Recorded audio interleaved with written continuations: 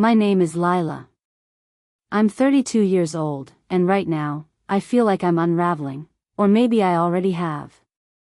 I've been holding this secret inside me for weeks, maybe months. It's been eating at my chest like a slow, relentless ache. I told him, I really did. I told Tom I wanted to be a trad wife, simple, steady, loving. I thought it might bring us closer. Instead, the next day, he found my OnlyFans profile and locked me out of our apartment. That's the headline, the moment everyone might latch onto. But it's not the whole story. It's not the beginning either.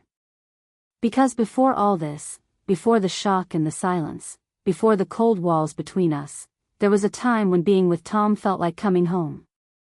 Like a fire crackling softly in the dark, safe and warm. When he kissed me in the mornings, it wasn't just a routine gesture. It was electric, like his lips were still learning the shape of mine, hungry and full of promise. I could feel his hands tracing the lines of my body with reverence, not obligation.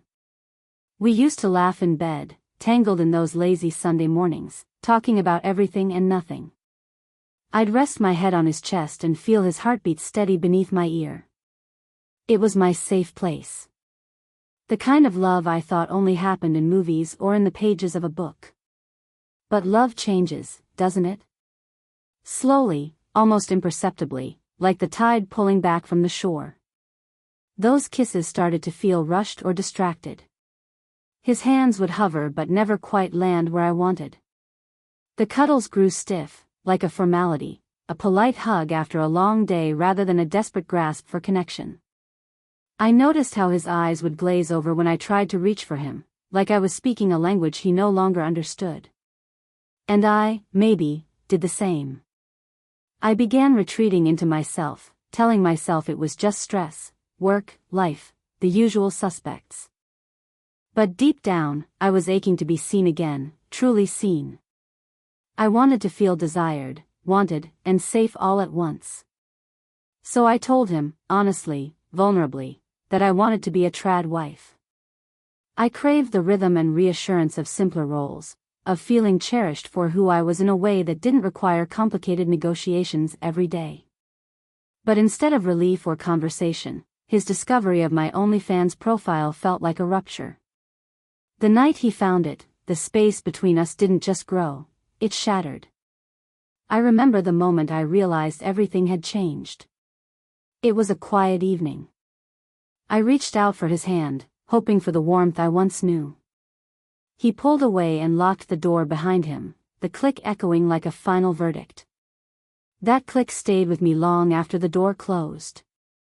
I'm still trying to understand how we got here, how love became a question I'm not sure he even wants to answer anymore. Tom is a software engineer, the kind of man who can code complex systems and solve problems with logic and precision. But when it comes to feelings, he's a bit like his programs, structured, predictable, and sometimes painfully literal.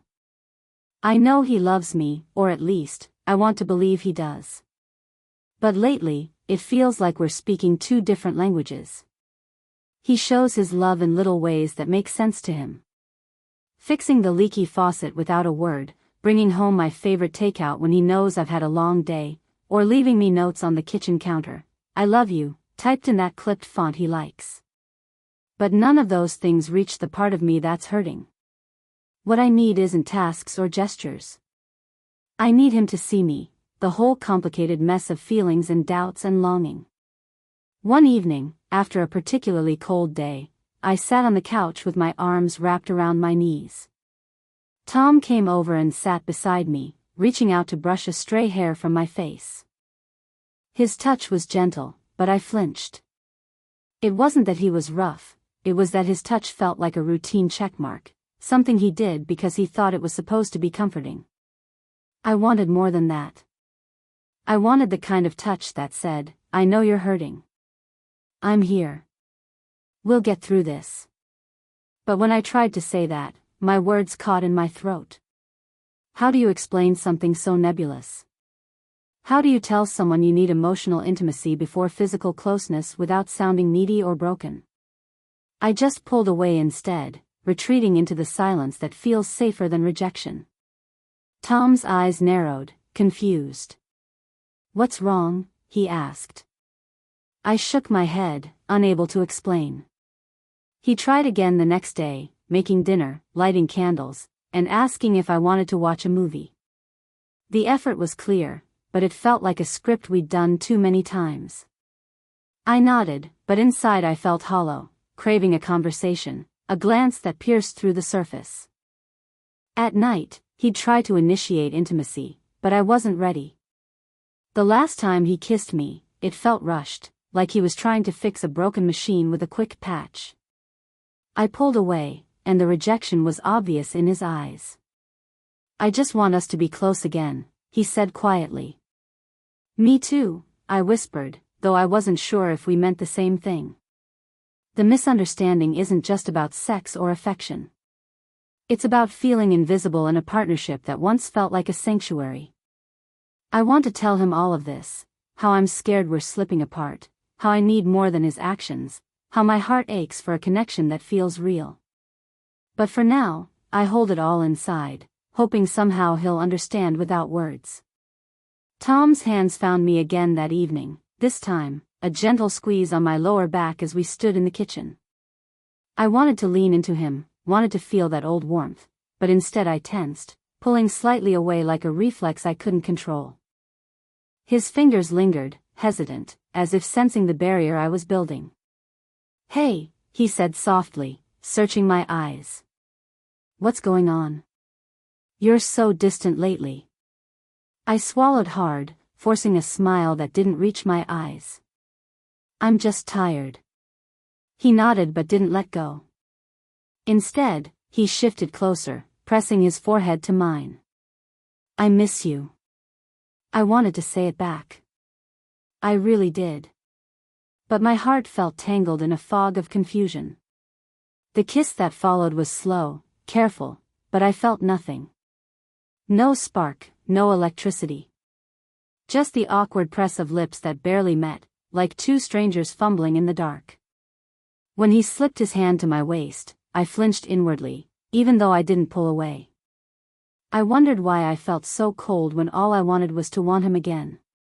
Why did every touch seem to come with an unspoken expectation that left me shrinking? Later, he tried to lighten the mood, playfully swatting my butt as I passed by. The gesture, usually a familiar and comforting tease, landed awkwardly this time. I stiffened, cheeks burning, and the smile I gave him felt forced. It wasn't that I disliked his affection, I was desperate for it, but something inside me was fraying, and I couldn't say why. "Come on, Lila," he said with a grin. "You used to love that."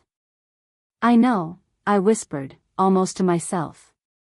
After he went to bed, I sat on the edge of the sofa, staring at the empty space beside me. The quiet felt heavier than ever. Why does everything have to turn into sex?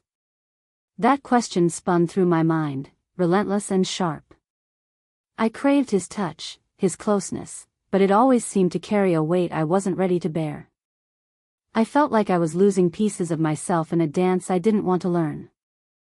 I wrapped my arms around myself, wishing I could unravel this knot of longing and frustration, but all I could do was wait, waiting for something to change, for him to see me again, for myself to find a way back to the woman I used to be.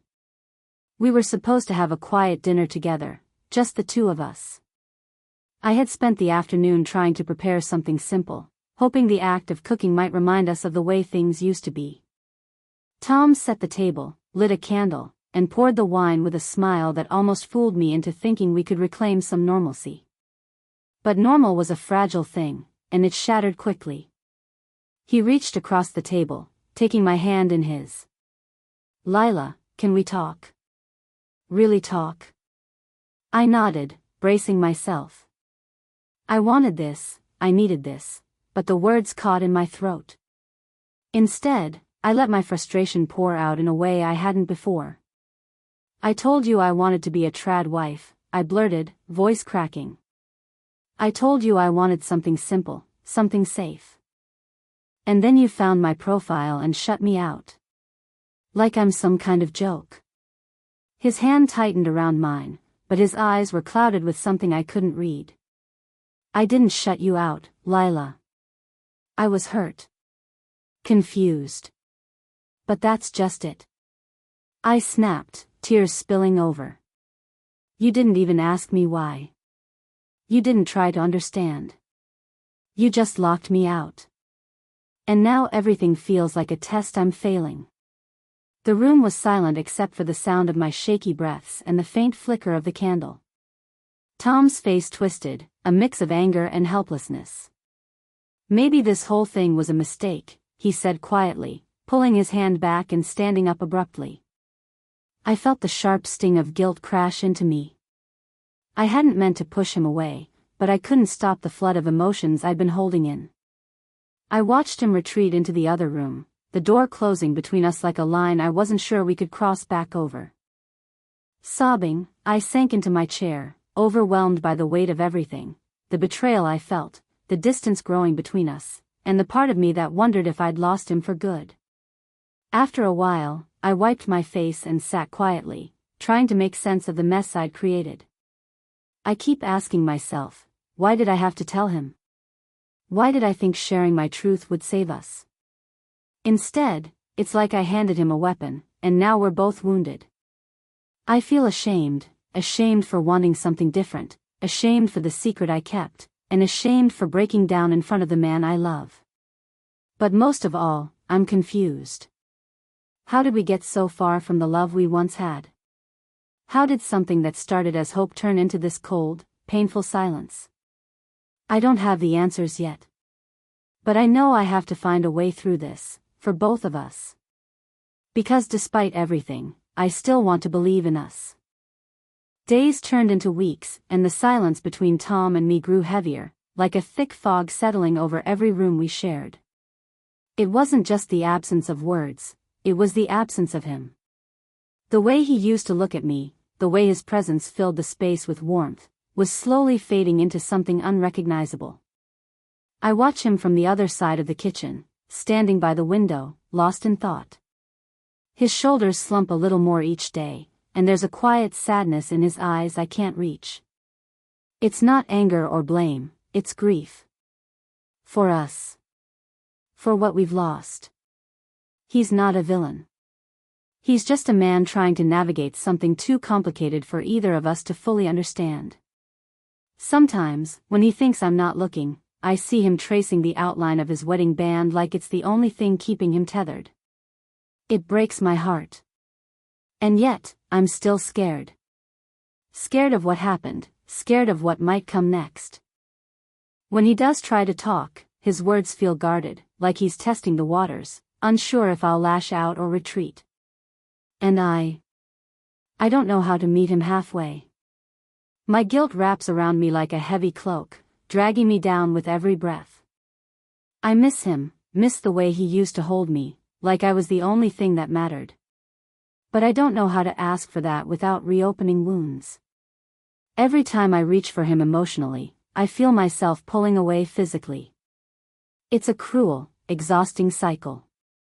Last night, I found myself sitting alone in the dark, replaying the fight, the tears, the locked door. I wondered if I was the one who broke us or if we were always destined to drift apart. And then I realized, I have a choice.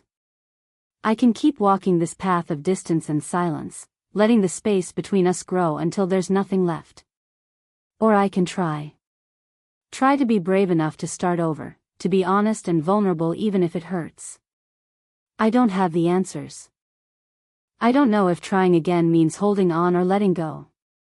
But tonight, for the first time in a long time, I feel a flicker of hope, a quiet voice inside me that says maybe, just maybe, we're not finished yet. Because beneath the pain and confusion, there's still love. And sometimes, love means fighting through the hardest parts. A week after that night of silent hope, Tom and I sat across from each other at the kitchen table, the same table where everything had begun to unravel. This time, there were no candles, no wine, just the soft hum of the refrigerator and the weight of unsaid things hanging between us. I don't want to lose you, I said quietly, my fingers tracing the rim of my mug. But I don't know how to fix this alone. He nodded, eyes searching mine. Neither do I. But I'm willing to try. I think we need to be honest, really honest. No more secrets, no more walls. We started slowly, like learning a new dance. He listened when I talked about wanting to be a trad wife, not as a joke or a betrayal, but as a deep longing for simplicity and connection. I listened as he shared his fear, his hurt, and the confusion that made him pull away. There were moments where words faltered, where frustration bubbled to the surface, but we kept coming back. Setting boundaries, redefining what love looked like for us now. It wasn't perfect. It wasn't easy. But it was something. That night, after the conversation ended, Tom didn't go to the bedroom. Instead, he curled up on the couch, exhausted but present. I sat beside him, hesitating for a moment before leaning into his side. He wrapped his arm around me gently, pulling me close, not demanding, not expecting, just holding. His breath was steady against my hair, and for the first time in a long while, I felt a quiet peace settle inside me. No fireworks, no sudden sparks, just a soft, steady warmth. It was fragile, like the first green shoots of spring after a harsh winter. But it was real. I kissed the top of his head, whispering a promise to myself, to keep trying, to be patient, with him, with myself, with whatever comes next. Maybe love isn't always a blazing fire. Sometimes, it's the quiet ember you nurture in the dark, hoping it'll grow again. And tonight, that ember was still alive. I want to tell you something I didn't understand until recently. Love isn't always what you think it should be. Not the movies, not the fairy tales, not even the quiet dreams you whisper to yourself in the dark. I thought love was supposed to be simple, that if you just said what you wanted, if you just tried hard enough, everything would fall into place. I thought I could ask for something, like wanting to be a trad wife, and that he would understand. That it would bring us closer. But love is messy. It's confusing and complicated. It's wanting someone so deeply you're willing to break open the parts of yourself you didn't even know were fragile. It's the ache of being seen and not seen at the same time. It's the silent spaces between kisses that mean more than the kisses themselves. What I learned about myself through all of this is maybe the hardest lesson. Desire isn't just about physical closeness. Desire is about being known. Being understood in the places where you're most vulnerable. It's about emotional intimacy, the kind that makes you feel safe enough to drop your guard and say, "Here I am." All of me. I realized that wanting to be a trad wife wasn't about fitting into a role or trying to control love. It was about longing for that kind of safety. A love that holds you steady when the world feels like it's falling apart. A love that says, you don't have to be perfect. You just have to be you. As for Tom and me, we're still figuring it out. Maybe that's what love is, two people learning to rebuild, or sometimes learning to let go. And that's okay too. If there's one thing I want you to take away from my story, it's this: love is never just one thing. It's not always enough to want it. Sometimes, you have to fight for it. Sometimes, you have to walk away from it. Sometimes, you have to hold on with everything you've got, even when it's terrifying. And no matter what, you deserve to be seen. To be heard. To be loved in the way that makes your soul feel at home. So if you're sitting there, feeling lost or broken or unsure, know that you're not alone. Love isn't perfect. It's hard. But it's also the most real thing we have. And sometimes, that's enough.